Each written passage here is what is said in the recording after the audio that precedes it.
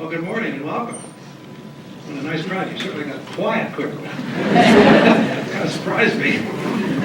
Can you hear me all right? Clear the back? Yeah, thank you. Well, for a business school, you know, it doesn't get much better than this. Having the world's greatest investor come to your campus is quite an honor. Warren Buffett is chairman of Berkshire Hathaway, a holding company whose investments range from Geico Insurance, American Express, and Coca-Cola, to Borsheim's jewelry store in his hometown of Omaha, Nebraska. Mr. Buffett has been described as the god of value investors and the Michael Jordan of the investing game. He began his first investment partnership in the mid-1950s with $100 of his own money. A few years later, he began investing in a struggling Massachusetts textile mill called Berkshire Hathaway. Through Berkshire, he started putting capital into other businesses, chiefly insurance, which generated cash streams for more investments, which have done very well indeed, as we all know. From a share price of about $18 in 1965, Berkshire today trades around $69,100 a share. I think I'm going to go out and buy about 100 shares. Over time, the company's annualized performance is more than double that of S&P 500, and Berkshire today is worth more than $100 billion. But Mr. Buffett is known as much for his unpretentious style as for his lofty success. He has become a champion of investors and is legendary for his aversion to corporate doublespeak. He is rare among CEOs in that he cheerfully admits his mistakes. 3 years ago, he wrote in his annual report that Berkshire would have done better if he'd simply had gone to the movies. There weren't very many years like that since 1965, believe me. Berkshire was proudly, even defiantly absent from the dot-com hysteria of the last few years. And now that the bubble has burst, as we all know, it's Warren Buffett who's having the last laugh. In his most recent letter to shareholders, he wrote, quote, "We have embraced the 21st century by entering such cutting-edge industries as brick, carpet, insulation, and paint. Try to control your excitement," unquote. You know, and personally, from reading his letters, I mean, it's just a joy. It's a business lesson in itself. I would encourage you, whenever you get an opportunity, to take one aside and read it carefully. You'll learn a tremendous amount. His wisdom and insights are so valued that some investors buy a share of Berkshire stock just so they can hear him at his legendary annual meeting, or as he calls it, Woodstock for capitalists. He doesn't make speaking appearances often, and we are extremely fortunate to have him with us today. Earl Leonard of Coca-Cola and our distinguished executive in residence had a lot to do with that, Earl, and we're deeply indebted to you for helping to arrange this. Thank you very much. Our format today will be primarily questions and answers. Mr. Buffett will make some brief remarks at the beginning, and then we'll move into your phase. We will have a microphone set up over here. We would like you to come around. We're videotaping, so we'd like you to use the microphone, please. So go ahead and begin to line up over there to ask your questions. So would you please give a very warm welcome to the Oracle of Omaha, Warren Buffett.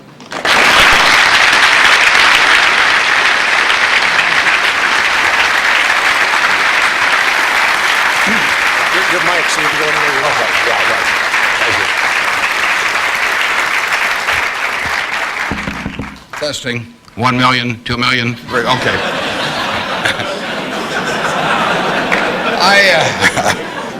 I came in from Nebraska today, and you're probably all familiar with us mainly by our football team. We have those fellows with the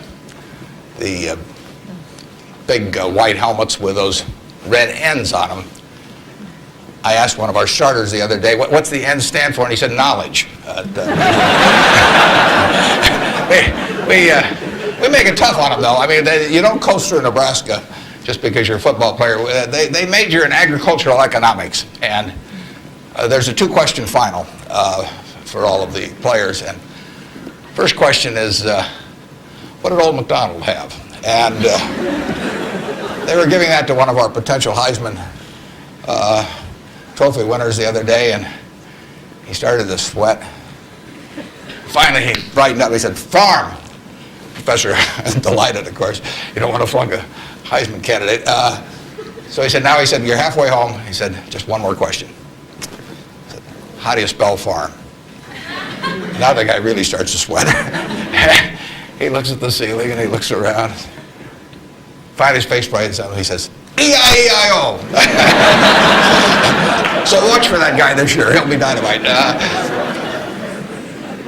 I really want to talk about what's on your mind, so we're going to do a Q&A in a minute. There are a couple questions I always get asked. People always say, well, who should I go to work for when I get out? And I've got a very simple answer. We may elaborate more on this as we go along, but the real thing to do is to get going in for some institution or individual that you admire. I mean, it's crazy to take in between jobs just because they look good on your resume or because you get a little higher starting pay. I was up at Harvard a while back, and a very nice young guy picked me up at the airport, Harvard Business School attendee, and he said, look, he said, I went to undergrad here, and then I worked for X and Y and Z, and now I've come here. And he said, I thought it would really round up my resume perfectly if I went to work now for a big management consulting firm. And I said, well, is that what you want to do? And he said, no, but he said, that's the perfect resume. And I said, well, when are you going to start doing what you like? And he said, well, I'll get to that someday. And I said, well, I said, your plan sounds to me a lot like saving up sex for your old age. It just doesn't make a lot of sense. I told that same group, I said, go to work for whomever you admire the most. And I said, you can't get a bad result. You'll jump out of bed in the morning and you'll be having fun. And the dean called me up a couple of weeks later. He said, what'd you tell those kids? He said, they're all becoming self-employed. So you've got to temper that advice a little bit. Play one game a little bit with me for just a minute, and then we'll get to your questions. I'd like for the moment to have you have you pretend I've made you a great offer, and I've told you that you could pick any one of your classmates, and you now know each other probably pretty well after being here for a while. You'd have 24 hours to think it over, and you can pick any one of your classmates, and you get 10% of their earnings for the rest of their lives. And I ask you what goes through your mind in determining which one of those you would pick. You can't pick the one with the richest father. That doesn't count. I mean, you've got to do this on merit. But you probably wouldn't pick the person that gets the highest grades in the class. I mean, there's nothing wrong with getting the highest grades in the class, but that isn't going to be the quality that sets apart a big winner from the rest of the pack. Think about who you would pick and why. And I think you'll find when you get through, you'll pick some individual. You've all got the ability. You wouldn't be here otherwise. And you've all got the energy. I mean, you've got, the initiative is here. The intelligence is here throughout the class. But some of you are going to be bigger winners than others. And it gets down to a bunch of qualities that, interestingly enough, are self-made. I mean, it's not how tall you are. It's not whether you can kick a football 60 yards. It's not whether you can run the 100-yard dash in 10 seconds. It's not whether you're the best-looking person in the room. It's a whole bunch of qualities that really come out of Ben Franklin or the Boy Scout code or whatever it may be. I mean, it's integrity, it's honesty, it's generosity, it's being willing to do more than your share. It's just all those qualities that are self-selected. And then if you look on the other side of the ledger, because there's always a catch to these, free gifts and genie jokes. So you also have to, and this is the fun part, you also have to sell short one of your classmates and pay 10% of what they do. So who do you think is going to do the worst in the class? This is way more fun. And think about it again. And again, it isn't the person with the lowest grades or anything of the sort. It's the person who just doesn't shape up in the character department. I mean, we look for three things when we hire people. We look for intelligence, we look for initiative or energy, and we look for integrity.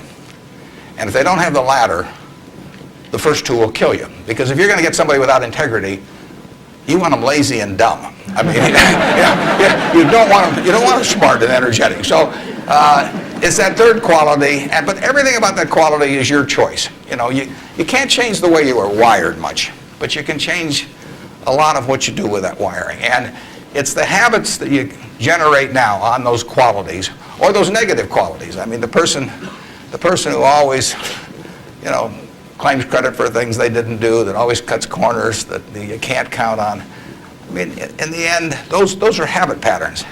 And the time to form the right habits is when you're your age. I mean, it doesn't do me much good to get golf lessons now. If I'd gotten golf lessons when I was your age, I might be a decent golfer. But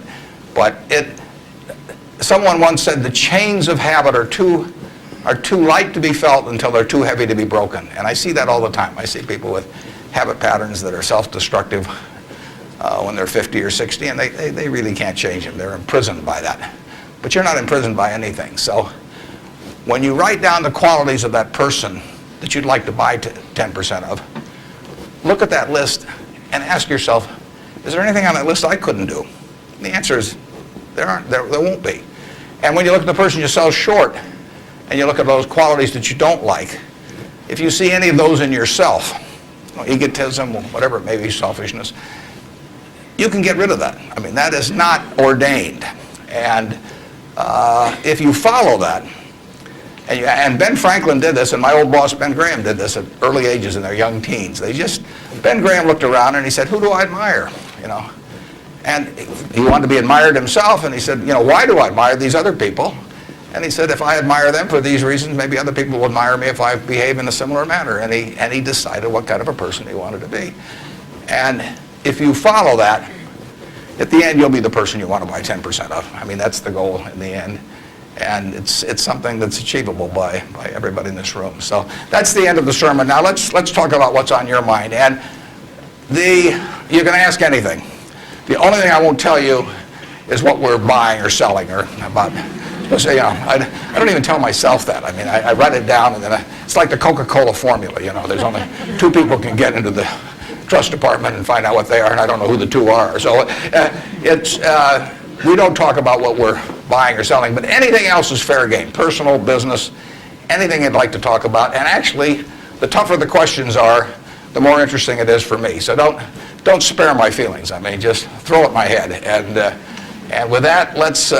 I guess we've got a microphone. Is this the only microphone, or is there one on? This is the only microphone Okay. right here. To ask a question, you'll need to come down to this microphone. Just stand in line, and I'll be Regis Philbin, and you can. Yes. I have an old-fashioned belief that I should expect to make money in things that I understand. And when I say understand, I don't mean understand, what the product does or anything like that. I mean understand what the economics of the business are likely to look like 10 years from now or 20 years from now. I know, in general, what the economics of, say, Wrigley chewing gum will look like 10 years from now. The internet isn't going to change the way people chew gum. It isn't going to change which gum they chew.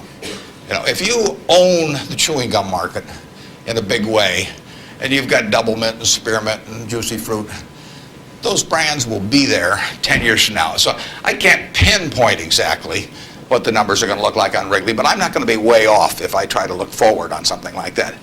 That evaluating that company is within what I call my circle of competence. I understand what they do, I understand the economics of it, I understand the competitive aspects of the business. There can be all kinds of companies that have wonderful futures, but I don't know which ones they are. I've given talks in the past where I carry with me a 70-page, tightly printed list, and it shows 2,000 auto companies. Now, if at the start of the 20th century, you had seen what the auto was going to do to this country, the impact it would have on the lives of then your children and grandchildren and so on.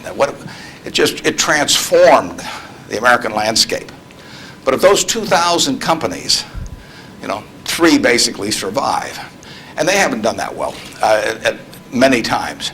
So how do you pick 3 winners out of 2,000? I mean, it's not so easy to do. It's easy when you look back, but it's not so easy looking forward. So you could have been dead right on the fact that the auto industry, in fact, you probably couldn't have predicted how big an impact it would have.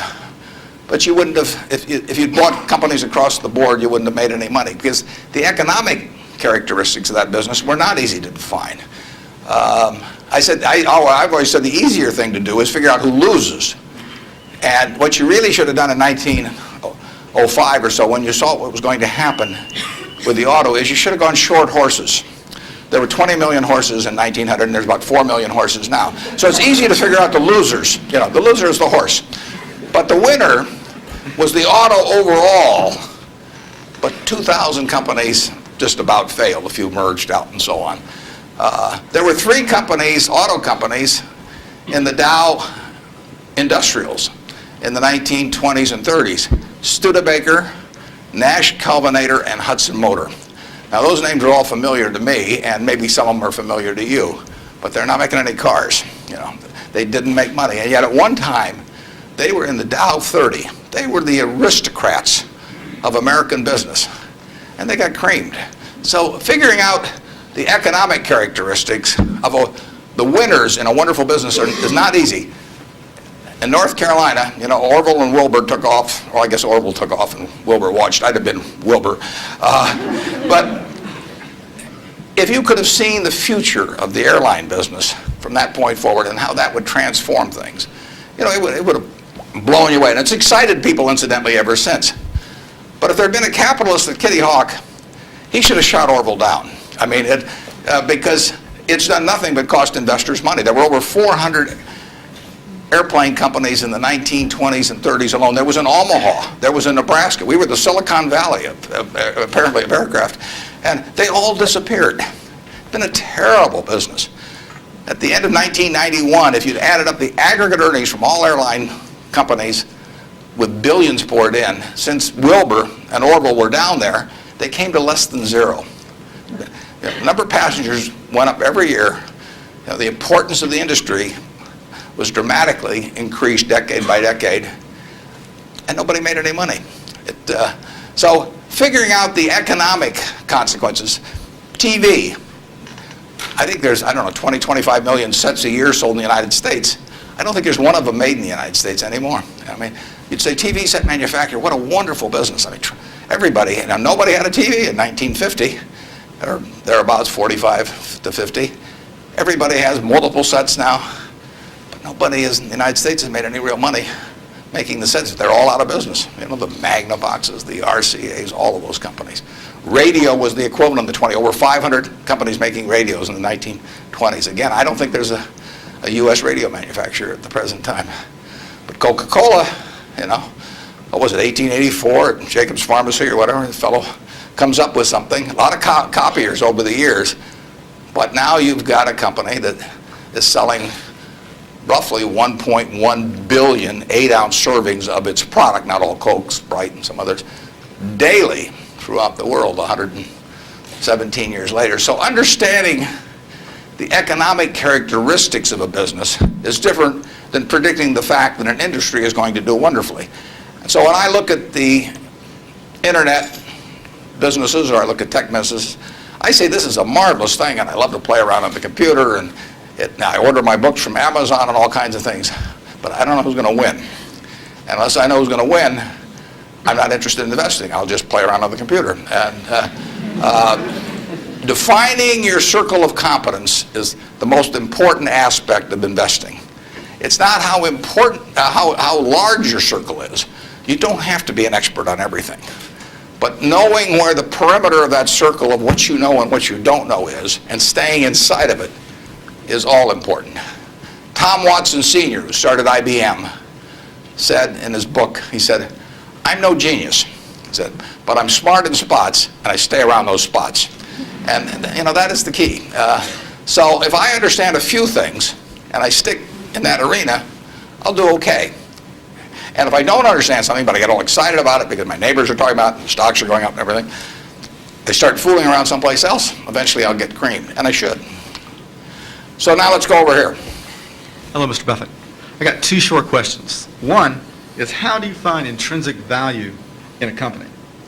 Well, intrinsic value is the number that if you were all-knowing about the future and could predict all the cash that a business would give you between now and Judgment Day, discounted at the proper discount rate, that number is what the intrinsic value of a business is. In other words, the only reason for making an investment and laying out money now is to get more money later on, right? That's what investing is all about.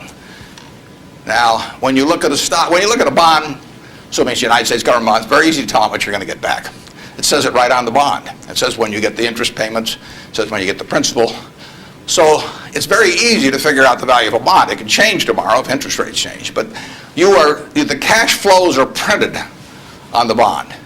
The cash flows aren't printed on a stock certificate. That's the job of the analyst, is to print out, change that stock certificate, which represents an interest in the business, and change that into a bond and say, this is what I think it's going to pay out in the future. When we buy, some new machine for Shaw to make carpet, that's what we're thinking about, obviously, and you all learn that in business school. But it's the same thing for a big business. If you buy Coca-Cola today, the company is selling for about $110 to $15 billion in the market. The question is, if you had 110 or 15 billion, you wouldn't be listening to me, but I'd be listening to you incidentally. But the question is, would you lay it out today to get what the Coca-Cola company is going to deliver to you over the next 200 or 300 years? The discount rate doesn't make much difference as you get further out. And that is a question of how much cash they're going to give you. It isn't a question of, it isn't a question about how many analysts are going to recommend it or what the volume in the stock is or what the chart looks like or anything. It's a question of how much cash it's going to give you. That's the only reason. It's true if you're buying a farm. It's true if you're buying an apartment house. Any financial asset, oil in the ground, you're laying out cash now to get more cash back later on. And the question is how much are you going to get, when are you going to get it, and how sure are you?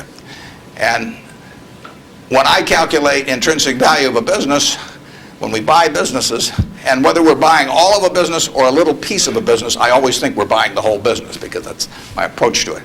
I look at it and say, what will come out of this business and when?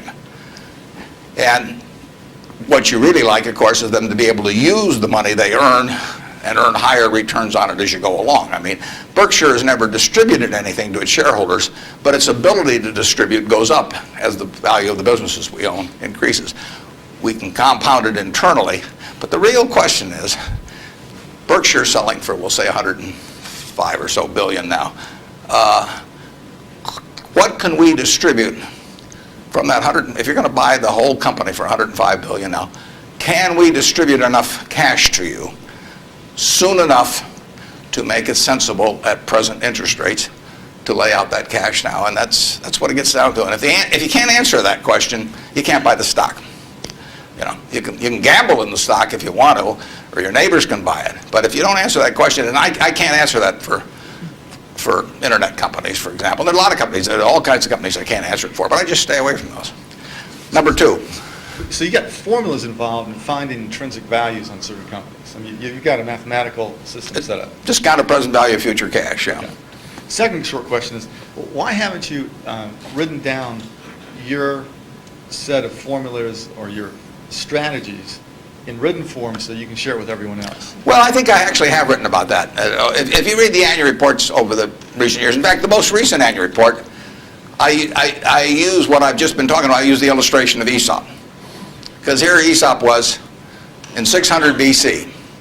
Smart man, wasn't smart enough to know it was 600 BC, though. I mean, would take a little foresight.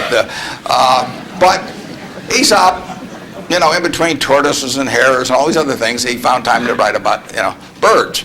And he said, a bird in the hand is worth two in the bush. Now, that isn't quite complete, because the question is, how sure are you that there are two in the bush? And how long do you have to wait to get them out?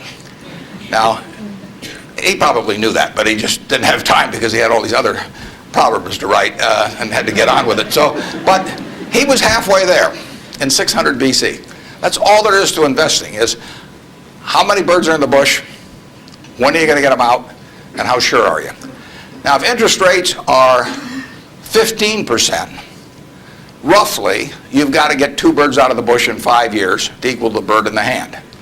But if interest rates are 3%, and you can get two birds out in 20 years, it still makes sense to give up the bird in the hand, because it all gets back to discounting against an interest rate.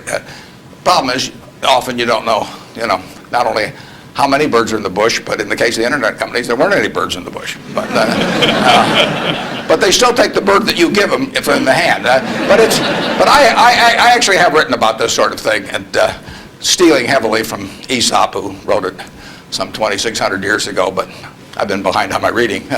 Yeah. Good morning. I know you're famed for your success, but I was curious if there were any particular moments in your life that, or mistakes or failures that you've made that were particularly memorable, what you may have learned from them, and if you had any particular advice for the students here in dealing with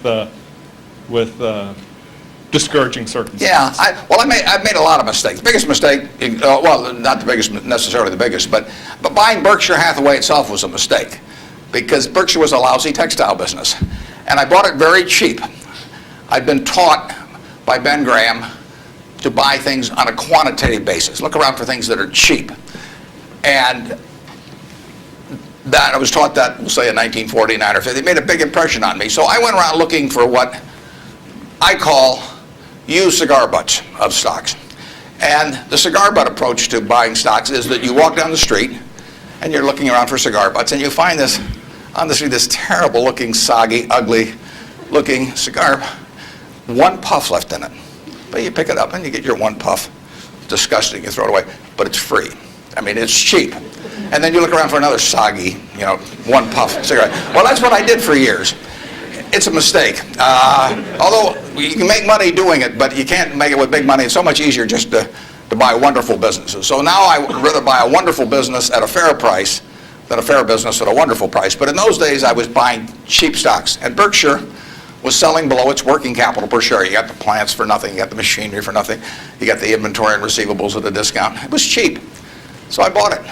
And 20 years later, I was still running a lousy business, and that money did not compound. You really want to be in a wonderful business, because the time is the friend of the wonderful business. You keep compounding, it keeps doing more business, and you keep making more money.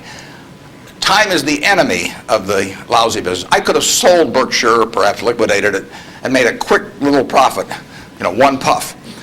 But staying with those kind of businesses is a big mistake. So you might say I learned something out of that mistake, and I would have been way better off taking what I did with Berkshire is I kept buying better businesses. I started an insurance business, See's Candy, the Buffalo, all kinds of things.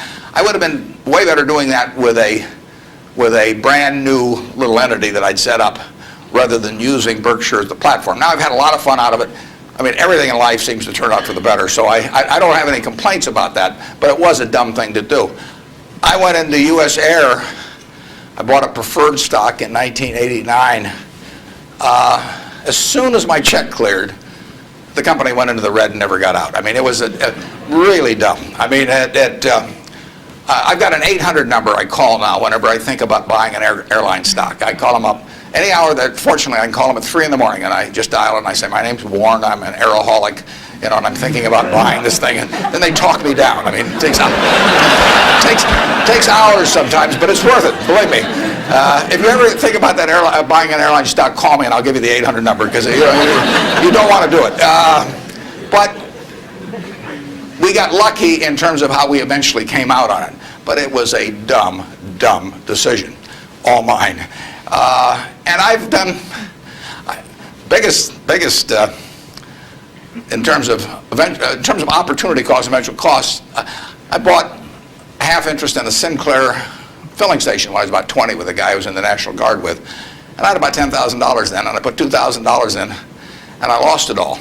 So that was 20%, and that means that the opportunity cost is now $6 billion of that filling station, which is a big price to pay for, getting to wipe a few windows and a few windshields and things like that. So actually, I like it when Berkshire goes down, because it reduced the cost of that mistake on an opportunity cost. But the biggest mistakes we've made by far, I've made, not we've made, biggest mistakes I've made by far are mistakes of omission and not commission. I mean, it's the things I knew enough to do, they were within my circle of competence, and I was sucking my thumb. And that is really, those are the ones that hurt. They don't show up anyplace.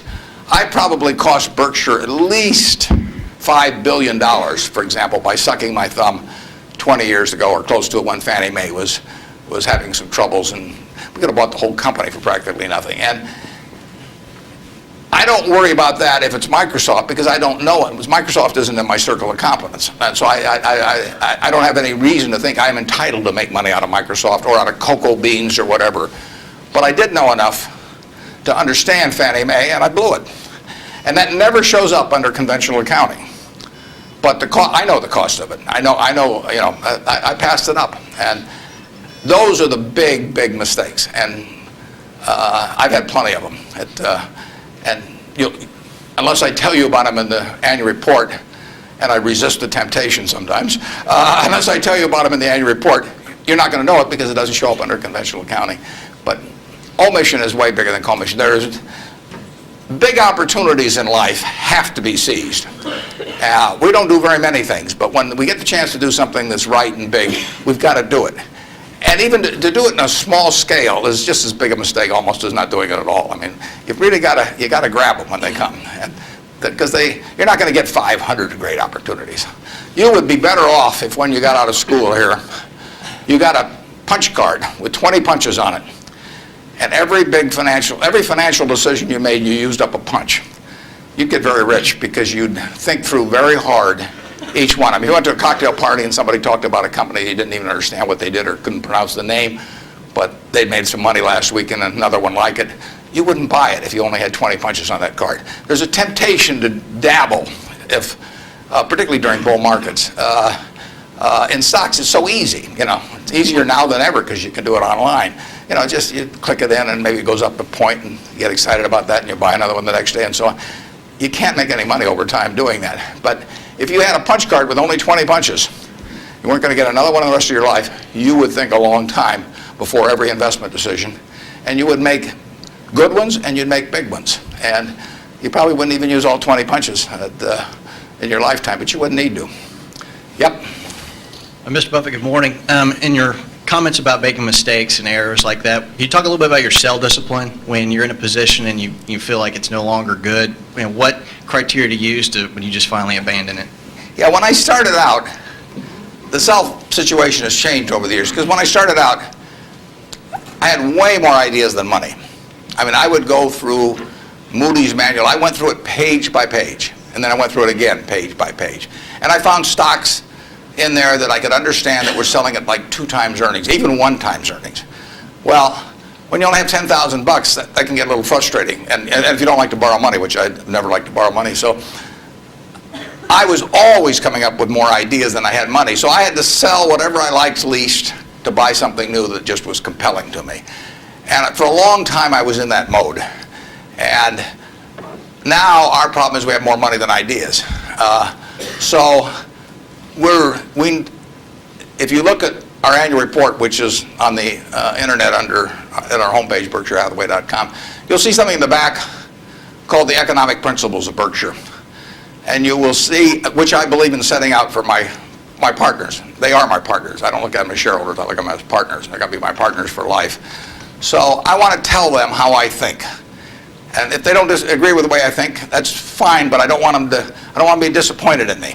So I lay out there and I say, in terms of our wholly owned businesses, we're not going to sell no matter how much anybody offers us for them. I mean, if somebody offers us 3 times what something is worth at See's Candy, the Buffalo News, Borsheim's, whatever it may be, we're not going to sell it. I may be wrong in having that approach. I know I'm not wrong if I owned 100% of Berkshire, because that's the way I want to live my life. I've got all the money I could possibly need. It just amounts to a change in the newspaper story on my obituary and the amount of money that the foundation has. And to break off relationships with people I like and people that have joined me because they think it's a permanent home, to do that simply because somebody waves a big check at me would be like selling one of my children because somebody waved a big check. So I won't do that. And I want to tell my partners I won't do it so that they're not disappointed in me. More and more with certain stocks, we've got that approach. Now, if we were chronically short of funds and had all kinds of opportunities coming, we might have a somewhat different approach. But our inclination is not to sell things unless we get really discouraged perhaps with the management, or we think the economic characteristics of the business change in a big way. I mean, and that happens. So, but we're not going to sell simply because it looks too high, in all likelihood. I mean, You can't make that 100%, but that's the principle under which we're operating. We're generating right now $5 billion of cash a year at least. So it's $100 million every week. And, just not, we've been talking here half an hour and I haven't done a damn thing. It's, the real question is how do you put it out intelligently? And if we were selling things, it'd be just that much more. So there may come a time when that would change. But we want to, and I have shareholders, partners, who would say, if you can get 3 times what See's Candy's worth, why don't you sell it? And that's why I want to be sure before they come in, they know how I think on that. I mean, they're entitled to know that. You really think for a minute, if you're going to get married, and you want a marriage that's going to last. Not necessarily the happiest marriage, or one that Martha Stewart will talk about or anything, but you want a marriage that's going to last. What quality do you look for in a spouse? One quality. Do you look for brains? Do you look for humor? Do you look for character? Do you look for beauty? No. You look for low expectations. I mean, that is the marriage that's going to last. Both have low expectations. I mean, and I want my partners to be on the low side on expectations coming in because I want the marriage to last. It's a financial marriage when they join me at Berkshire, and I don't want them to think I'm going to do things that I'm not going to do. So that's our guiding principle. The advice is all free, and your marital advice, everything else. Next. Good morning. Mr. Buffett, I have a question regarding evaluation of the soundness of investment. In recent years, it appears that the use of tax sheltering in corporation is increasing, and such, reputable companies like UPS and others are involved in court battles over shelters with IRS. And as we know, most of these transactions are fairly artificial, but yet there is a profit there. From the investor perspective, do you think it's beneficial for investor the company that they invest are involved in those shelters? And if so, do you think it would be helpful if those transactions are disclosed in statements, meaning the notes to statements? I'm not sure I got that 100%. George, could you? I will repeat. Earl, did you? Shortly. If you think that involvement of corporations that you invest or anybody for that matter invest in tax shelter, which is by some definition... tax shelters? Right. I've never used one. I'm not saying so. I'm asking if you know that corporation is involved in such activity that is beneficial in short term, would you think that's helpful for investors? Well, there are perfectly legal ways to shelter taxes. I mean, we did and still do, but we were one of the earliest ones to go in for low-income tax housing credits. In fact, I met with first President Bush about that one, and that benefits us to a mild degree. It's not a big element of Berkshire. I mean, it's peanuts in terms of Berkshire's overall value, but it is a congressionally ordained tax benefit. I wouldn't call it exactly a shelter. It's a tax benefit that Congress has decided they're willing to offer businesses, and because they think it's the best way to generate low-income housing. So we participate in something, but it's not a big factor in what we do. And but there's nothing wrong with that. And then if you get into tax evasion, I mean, that's a whole different game. At that point, they ought to go to jail. But certain businesses, some insurance companies have reincorporated in Bermuda, and you can save a lot of taxes. You have to meet certain other tests which we wouldn't want to meet. But if we were willing to meet those other tests, there's nothing illegal or immoral about us moving to Bermuda. We're not going to do it. And but if the restrictions weren't there, I mean, the tax code is the rule book, and you follow the rule book. I think some of the things people do in terms of bending that rule book get very close to fraud and sometimes cross the line into fraud, and when they do, I think they ought to be prosecuted. But that's another game. And incidentally, there has been more pushing on that, I would say, in the last 5 years, and certainly was my experience earlier. And there are more, I think now it's diminished in the last year or two, but a couple years ago there was some very aggressive marketing by some of the auditing firms, and of these, even with percentage shares of the gain to be paid to the auditors. And I think that those things got fairly dubious, and particularly when they shopped for legal opinions, so that if you got caught doing these things, you can say, well, I was relying on this legal opinion, and therefore I shouldn't go to jail, but just pay the back taxes. So I don't know of anything we're associated with that has done that, but obviously if they push too far, we don't want to be there. Thank you. Yep. I was curious, with the large number of people you now have with tremendous amounts of wealth, what do you think of the current state of philanthropy? Well, I'll be out this week. Actually, I'm going to a Coca-Cola meeting, and I'm flying out to Seattle and talking to the United Way group out there. Seattle United Way raises more per capita, I believe, than any United Way in the country. And Bill Gates will be there. We're talking jointly. His mother was very active in United Way. But Bill is going to give away over $1 billion a year. And a lot more later on, but right now $1 billion. And it's very interesting. I mean, he is very rational about it, and he's very informed. In fact, he got somebody, I think his primary advisor in the medical field is a fellow who was with the CDC in Atlanta.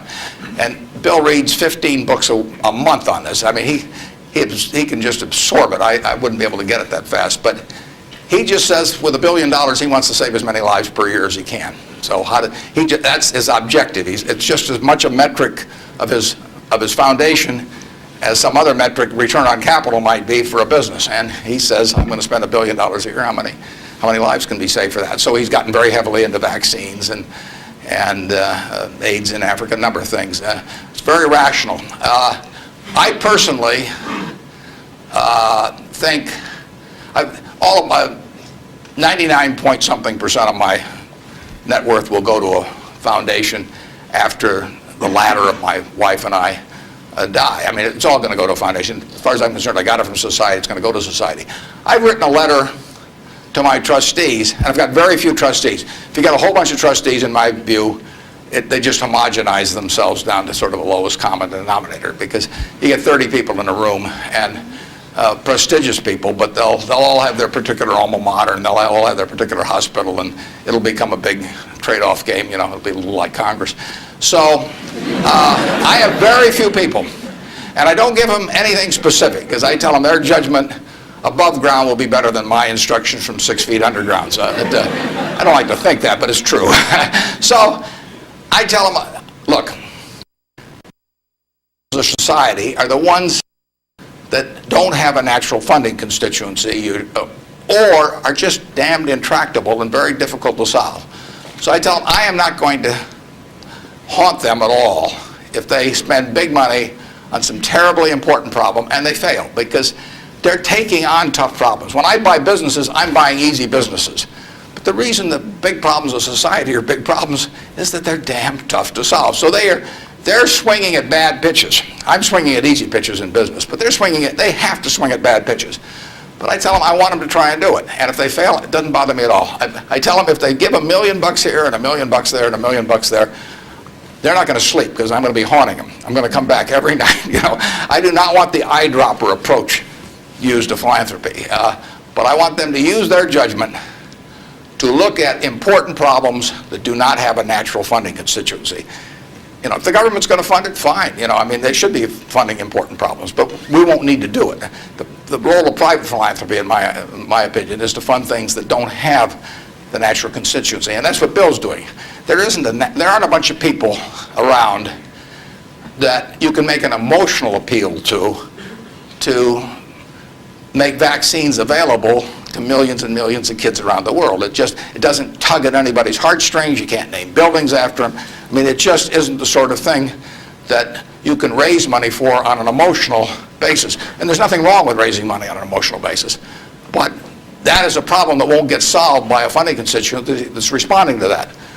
But Bill is responding to what in his mind is the important thing, which is saving lives, and he doesn't care whether he gets his name on a building or whether anything happens or whether anybody knows about it. I mean, he gets publicity just because of the scale he's on, but he doesn't care about that. I can promise you that. So that's my philosophy, is that I got this money not because I'm a superior human being, not because I've done more for society than other people.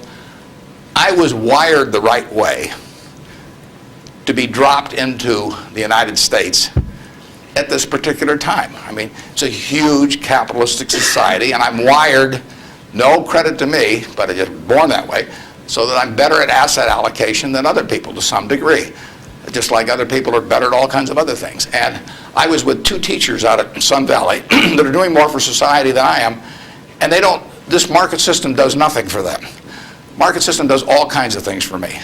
Gates says if I'd been born 5,000 years ago, I'd have been some animal's lunch, because I can't run very fast, and I can't climb trees. I mean, and I could tell that animal is chasing me, wait till you see how I can allocate assets, But it wouldn't have made any difference. So here I am, I'm born now, just very, very lucky. And the odds when I was born in 1930, the odds were 50 to 1 against me being born in the United States. That's a terrible set of odds to face. And yet I was dropped down here, And if I'd been dropped down in Peru or someplace or China, I mean, I wouldn't have had a chance. So society is what does it for you. And it should go back, in my view, it should go back to society. If you've been lucky enough to be dropped into a society where your particular wiring pays off big, that's just luck. And there's nothing wrong with being lucky. I don't feel guilty about it or anything else, but I also don't feel that, I feel I have a lot of fun doing what I do, but I feel the money should go back into society, and it should go back as intelligently as it can. And the best way to do it intelligently is to have high-grade and intelligent people administering it at the time. And you don't know the problems that are going to be out there 10 years from now or 20 years from now or 30 years from now. But I do know if I've got a small number of high-grade, smart people, and high-grade is more important. If you gave me 20 extra points of IQ, but cheated a little on the high grade, I wouldn't take it, because they got to be. There's so many chances to do things in a petty way, or to try to. I mean, people get subverted in their own minds to their own interests rather than the interests of the institution. So I really want super high-grade people doing it, and I've got them. And I think the money might do a lot of good, it may do no good, but it'll be operating in fields where if it does some good, that good probably wouldn't have been done otherwise. Yep. I was just wondering, there's a lot of differences between the recent boom and bust in the stock market and one in the 1920s. But there's also a lot of similarities, and those similarities are allowing people to draw the conclusion that stock prices will be depressed for some time to come. Where do you disagree and agree with that conclusion? Well, the whole century is quite interesting. If you take the 20th century, it was an unbelievable century for the United States. The GDP per capita, and that's the way to think of it, as per capita. Sometimes they talk about our GDP versus Europe's, but if their population's the same every year and ours goes up 1%, you've got to, in the end, you got to have a divisor as well as a numerator. And so GDP per capita in the 20th century in the United States went up 610%. Actually, qualitatively, it went up far more than that, because you can't really measure certain things in medicine or whatever it may be, and improvements. But just on a quantitative basis, it went up every single decade, including the decade of the 30s. So here you had 100 years when basically the U.S. citizenry was improving their lot decade by decade by decade. The 30s, it was up 13%. Best decade was World War II. The 40s, it's up 36%. The worst decade was the First World War. So you get sometimes you can get in trouble on analogies. But in any event, it was a huge period. Interestingly enough, there were 6 big periods in there for the stock market in both directions. There were 3 big bull markets. From 1900 to 1921, the Dow went from 66 to 71, less than a 10% move in 20 years. less than 0.5% a year. You got dividends too, but 0.5%. So it didn't move. From 21 to 29, as you point out, it went from 71 to a high of 381 in September of 1929. Went up 500%. Well, obviously, the well-being of the country didn't go up 500% during that period, and the well-being of the country went up a whole lot more than 10% during that first 21 years. So you got this very uneven development. Then from September 1929 until the end of 1948, the Dow went from 381 to about 180. It was cut in half. And that was 18 long years. And yet the per capita GDP was moving right up during this whole period. So the economy was doing fine. From 48 to 65, the Dow went again from about 180 up to close to 1,000. Again, 5 for 1, which was far outstripping it. From 65 to 81, the Dow went down, literally. Well, again, per capita GDP. And then we've had this last period where it's gone up terrifically. If you take the whole 100 years, it went up 180 for 1. Every $1,000 became 180,000. But 43 and 3/4 years were those 3 big, huge bull markets, and 56 and a quarter years were periods of stagnation, all in an economy that was doing fine, year after year after year. 56 and a quarter years, net, the Dow was down a couple hundred points during that period, and the other 43 and 3/4 years made up the rest of this move from 66 to 11,000 some on the Dow. So you say to yourself, how could it be that you could have a country that was doing better and better and better and better? Citizens were living, every generation was living better than the one that preceded it. But you had these huge changes, big gains a few times, long periods of stagnation. 20 years, I mean, that's a long time to do nothing. The answer is that investors behave in very human ways, which is they get very excited during bull markets and they look in the rearview mirror and they say, I made money last year, I'm going to make more money this year, so this time I'll borrow, or the neighbor says, I wasn't in last year when that neighbor was dumber than I made a lot of money, so I'm going to go in this year. So they're always looking in the rearview mirror. And when they look in the rearview mirror and they see a lot of money having been made in the last few years, they plow in and they just push and push and push on prices. And when they look in the rearview mirror and they see no money having been made, they just say, this is a lousy place to be. So they don't care what's going on in the underlying business. And it's astounding, but that makes for huge opportunity. Just huge opportunity. I mean, I've lived through roughly half, in an investing sense, about half that period. And I've had that long period of stagnation from 65 to 82, 17 years. I wrote an article for Forbes in 1979. I just said, how can this be? Pension funds in 1970 put 100 and some % of their new money in stock because they were wild about stocks.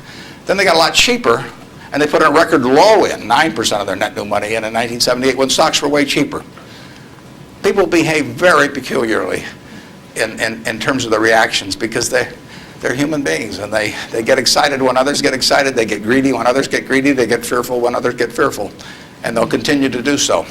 And you will see things you won't believe in your lifetime in securities markets. And the country will do very well over time, but you will see these huge waves. And if you can stay objective throughout that, if you can detach yourself temperamentally from the crowd, you get very rich. And you won't have to be very bright. I mean, I'm sure you are, but it doesn't take brains. It takes temperament.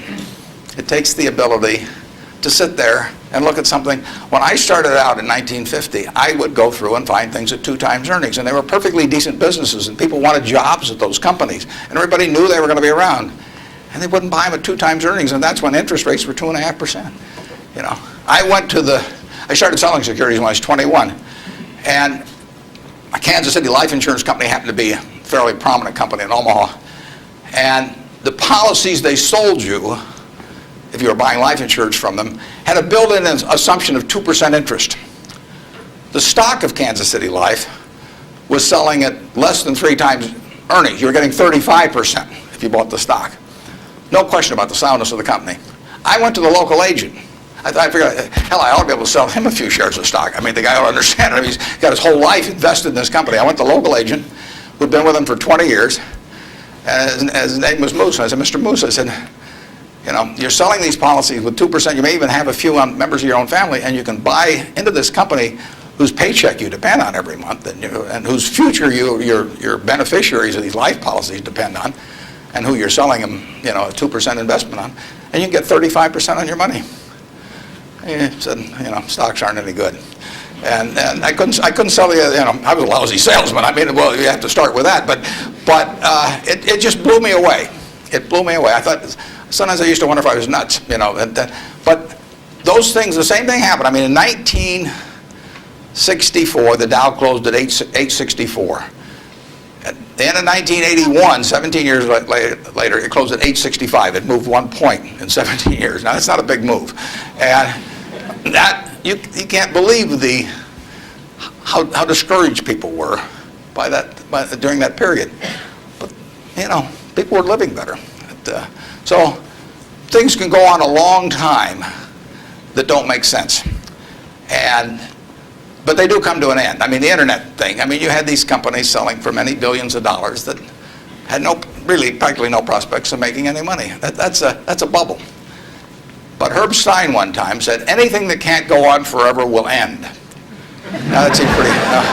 but think about that. And particularly think about it next time you're inclined to do something just because the stock's gone up a whole lot, you know, and your neighbor's made money or something. You've got to be... You just have to sit and think objectively and think about, would I buy this whole business? If it's an internet company that's got 100 million shares out and selling at 100, that's $10 billion. Is it worth $10 billion? If it's worth $10 billion, it's got to be able to give you, you know, 700 or 800 million next year. And if it doesn't give you 700 or 800 million next year, it has to give you maybe 10% more than that the year after and continue to. There aren't a lot of businesses that can do that. And people just go crazy. And of course, it's fun. I mean, it's, you know, it's like that sign they put in brokerage offices that says, avoid hangovers, stay drunk. You know, I mean, it's just so much fun to keep playing. But you got to do sensible things to get good results. Yeah. Next. Well, we got 3 people standing there, so let's do the 3 that are standing there. Okay. Good morning, sir. Hi. Hi. I was wondering what your opinion is of the Federal Reserve and their actions taken recently. Do you feel they've done enough to boost the economy? Yeah, well, I'm a fan of Alan Greenspan's over time. I've known him for a long, long time. We were on a board together at Cap Cities, and Alan is a very, very smart guy. He is motivated, in my opinion, entirely by what is good for the United States, people of the United States. And so you couldn't have a better person in there. And the problem he may have is that because his tenure in office has been associated with this incredible bull market, that even though he wouldn't have claimed credit for it, that people might associate it because of the importance of the Fed generally. They might associate with him, so they may, if things don't work out so well, they may blame him as well. But I think his policy has generally been very good. You have to understand one thing about the Fed is that it's not as powerful as the mystique would make it. Its brake is better than its gas pedal. When the Fed wants to put on the brakes, we go through the windshield. I mean, you know, the economy just, they can put on the brakes. Paul Volcker did it. He broke inflation by doing it. But I mean, when he put on the brakes in that period around 1980, I mean, people hated him. He was crucified for it, but it was the right thing to do. And he could do it. He did it all by himself. And and it was the only way, because of the momentum that inflation was generating. It was the only thing it was what was needed then. Enormously unpopular. It's much harder for a Greenspan to put on the brakes because nobody wants him to put on the brakes, plus he's so visible. But he's put them on sort of gradually. But stepping on the gas pedal, he does not necessarily get the same result. It may help, but there are 1,000 other variables operating. And as you see in Japan, you know, you can get down to 0 interest rates and you can't stimulate anything. So it isn't like the Japanese haven't read the same books we've read about economics. I mean, they've read Keynes and they've read the whole thing. So we're not smarter than they are. We don't have any secrets they don't have, but they don't know how to get their economy going. And, you know, their GDP there has been going no place, you know, in the last 5 years, and there's still problems around. So easy money doesn't solve everything, but Greenspan could very well get blamed for the fact that he hasn't solved everything, and it's just not in his power to solve it. He can help in various ways, but I don't think you could have anybody better, and I think he's done the right thing to this point, but the right thing may not be quite as effective as people may hope that it would be. In economics, you always want to ask, and then what? You'll read in the paper, well, what happens if the Japanese start selling our government bonds, or what happens if they dump the dollar? They can't dump the dollar. There's no way to dump dollars. You can, or at least dollar assets, because if the Japanese want to sell our government bonds, if they sell them to us, they get a time deposit or a demand deposit at Citi, or they still own a dollar asset. If they sell them to the French, they may get some assets from the French, but now the French have it. I mean, the only way you can reduce foreign investment in the United States is to change it around so they're consuming more than we're consuming from them. I mean, when we buy a television set from Japan, if we buy more television sets from them than they buy equivalent consumables from us, the exchange, what balances things is we give them some investment type asset, whether it's cash or a U.S. government bond or our stocks or our movie studios or our real estate or different things. And the only way that reverses is when we start running a trade surplus, which we're miles away from. So logically, if you read classic economics, you would believe that our currency would have been weaker over the recent years, and that it would be weak now. But there are other things operating, and that's one of the problems about economics, is there's never just one variable. There's usually hundreds of variables, and they operate with different impact at different times. I mean, it's not like a physics formula. I mean, I guess it would be if you got into the Heisenberg principle or something like that. But the formula has a lot of the same variables year after year, but the relative importance of those variables and how they interact with each other is never exactly the same. And that's what we find out, the Japanese find out, everybody finds out. And foreign currency, or the value of our dollar and currency rates, are defying what you would expect based on history. But as somebody said, if history were a perfect guide, the Forbes 400 would all be librarians. They just go and look it up in the books, and they'd always know all the answers. But history doesn't repeat itself, as Mark Twain said. History doesn't repeat itself, but it rhymes. I mean, things come back, but they don't quite come back in the same form. And we'll understand all this perfectly in a few more years, why the dollar's behaved the way it has. But I think it would be useful net for the U.S. if the dollar were less strong. Yes, Mr. Buffett, thanks for taking my question. My question pertains to small business, and my family's been in the truckload sector of transportation for about 50 years. And as you talked about the airline industry and all the mergers and acquisitions and things going on, and a lot of the smaller players being tossed out of the market, what do you see for people that, like in this room, for students that want to start a small business, and maybe they want to start in a business that is somewhat of a commodity type business, but as businesses, the large corporations get larger and their efficiencies increase, how can a small business compete with these people? Yeah, in many areas, small businesses have an advantage. In other businesses, scale has a huge advantage. And I mean, you don't want to be a tiny carbon steel producer. On the other hand, when mini mills came along and learned how to use scrap more effectively than the older methods of making steel, they actually had an advantage. So scale is a huge advantage in some businesses. It's, the largest airlines haven't won. Southwest Airlines has won, starting with, just a few planes flying down there between Houston and Dallas. And they have become bigger, but their ambition hasn't been to be the biggest. And, they probably buy their fuel as just as cheap as United, and they probably bought it, when they're a lot smaller. Walmart is a classic example. I mean, who would have thought 25 years ago, 30 years ago, I mean, here was Sears with a 100-story plus building in Chicago, had access to money far cheaper than Sam Walton. I mean, Sam Walton's credit was not as good as Sears. Every supplier wanted to do business with Sears. Nobody had ever heard of Sam. Every real estate developer who was developing a new shopping center went first to Sears, and Sam got the short end. So here's a guy starting in Bentonville, Arkansas, and he kills them over time. Just plain kills them. And disadvantage in buying, disadvantage in borrowing, disadvantage in real estate. Advantage, Sam Walton, and his ability to inspire, in the end, hundreds of thousands of people to be enthusiastic about going to work and doing the right things over time. So I would be just as optimistic about small business generally. Now, there's certain areas where scale is just plain important. But I see no disadvantage. We intentionally at Berkshire, we have 112,000 employees, more in Georgia than in any other state in the union, incidentally. We employ a lot up near Dalton, and we employ a lot of people in Macon at GEICO. And we intentionally, with our 112,000 employees, we probably have, I don't know how many business units, but lots. And we only have 13.8 people at headquarters. I'm not the 0.8, incidentally. I resent it when people think that. I'm a full, but we have one woman that works 4 days a week. And that's all we have at headquarters, 112,000 people, 105 billion of market cap.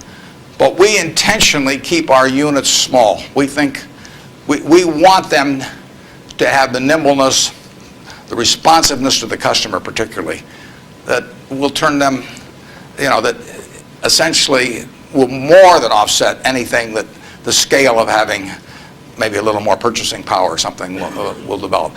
We own a home furnishings business in Utah, run by a fellow named Bill Child. He was featured in Fortune about one issue ago.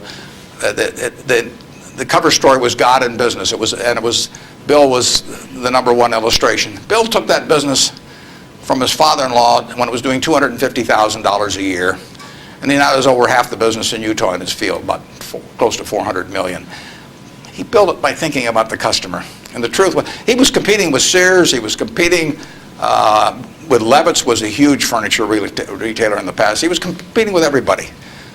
But all he thought about from the moment he got up in the morning was, how do I take care of my customer? And that wins. We have a business in Omaha, some of you may have heard of. It's the largest home furnishing store in the world. In Omaha, which only has a SMSA of 650,000 people. It's on 72 acres.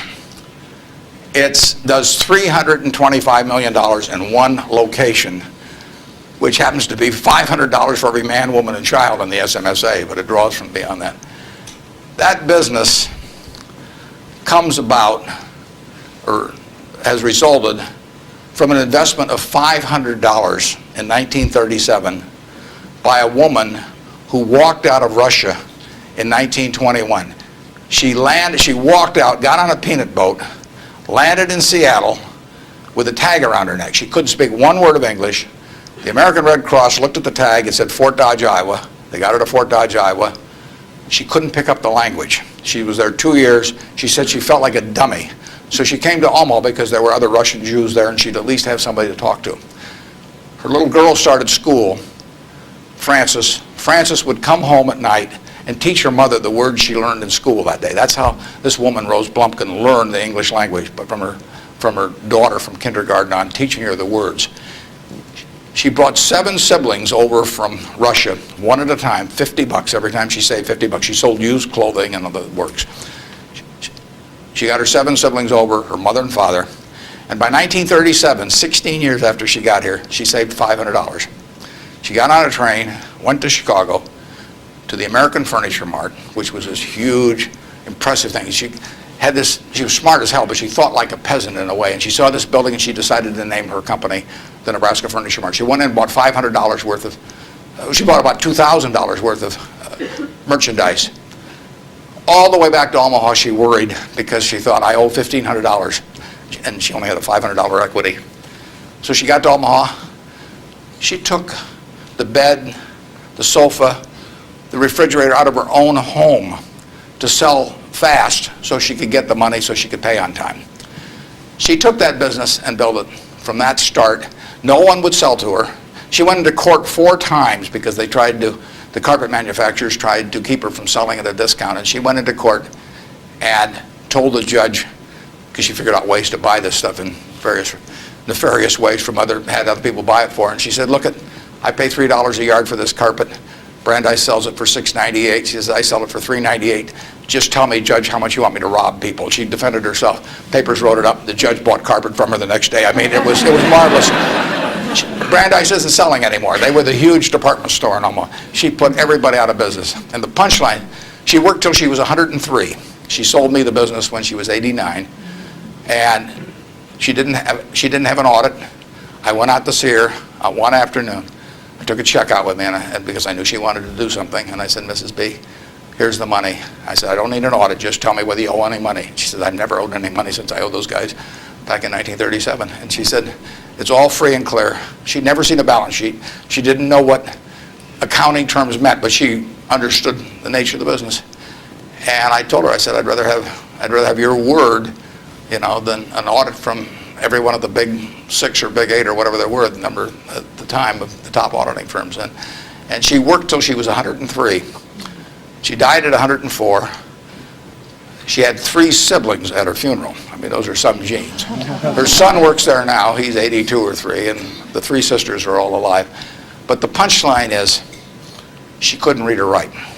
This woman could not read or write. If you told her this room was 68 feet by 43, she would tell you how many square yards it was like that. She never went to school a day in her life.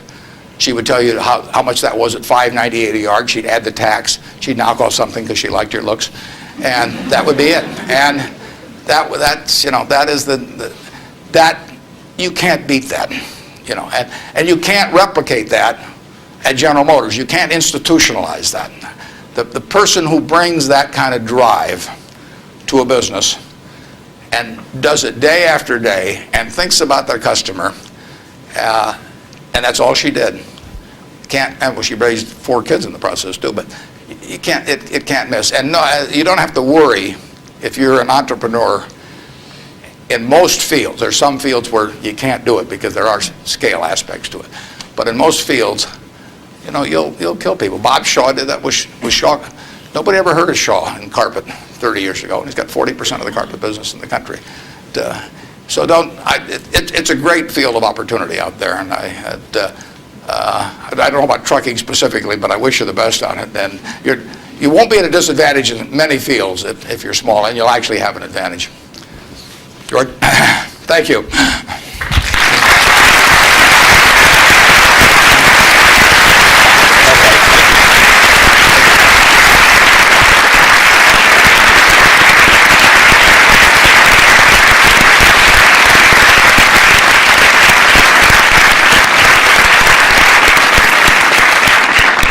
Mr. Buffett, thank you very much for sharing your wisdom and your ideas and your wonderful stories with us today. We are truly honored and pleased that we've had this opportunity to get to know you a little bit better. I'd like to thank a couple people before we conclude for helping with the logistics. Associate Dean Bob Gatewood, our Director of Alumni Relations, Marie Garrison. Thank both of you. David Dodson, our Director of Communications. There was a lot of work and effort went into this, and I thank all of you for all that you've done. And Earl, again, thank you for helping make this possible. Mr. Buffett, we have a parting gift for you, but it needs to be placed into context before we show you what it is. In your most recent newsletter to your annual report to the shareholders, you discussed some of the things that you look for in making acquisitions, and one of the things you talked about was owners. You look for owners who care who they sell to, and that was important to you. I'd like to quote from your report. When a business masterpiece has been created by a lifetime or several lifetimes of unstinting care and exceptional talent, it should be important to the owner what corporation is entrusted to carry on its history. A little bit further down you say, how much better it is for the painter of a business Rembrandt to personally select its permanent home than to have a trust officer or uninterested heirs auction it off. Well, we believe that many of these words apply to you as well. You too have created a business masterpiece.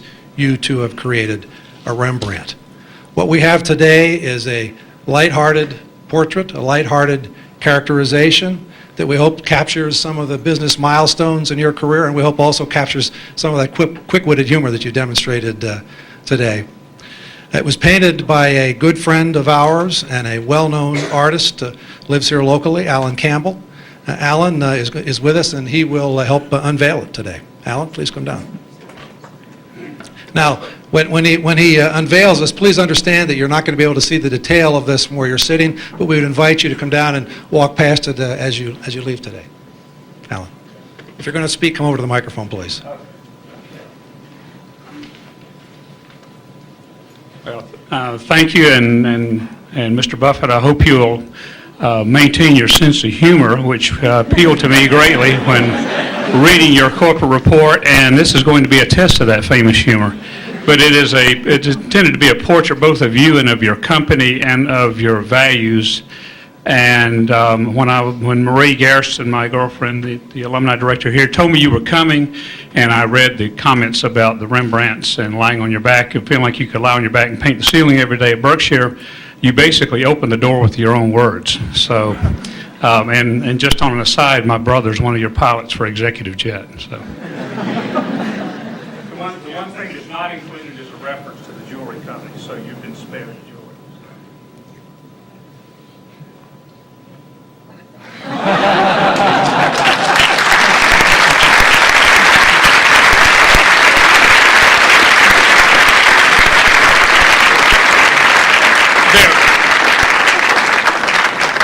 This is based on a very famous Rembrandt self-portrait, if anybody's information. Mr. Buffett will sign autographs. If you've got books with you you'd like him to sign, we'll set up a table down front here as for the next 15 or 20 minutes. If you'd like to take a picture, if you've got a camera with you, please come on up. Don't hesitate. And thank you all for coming and participating today. It was a wonderful event. Thank you very much.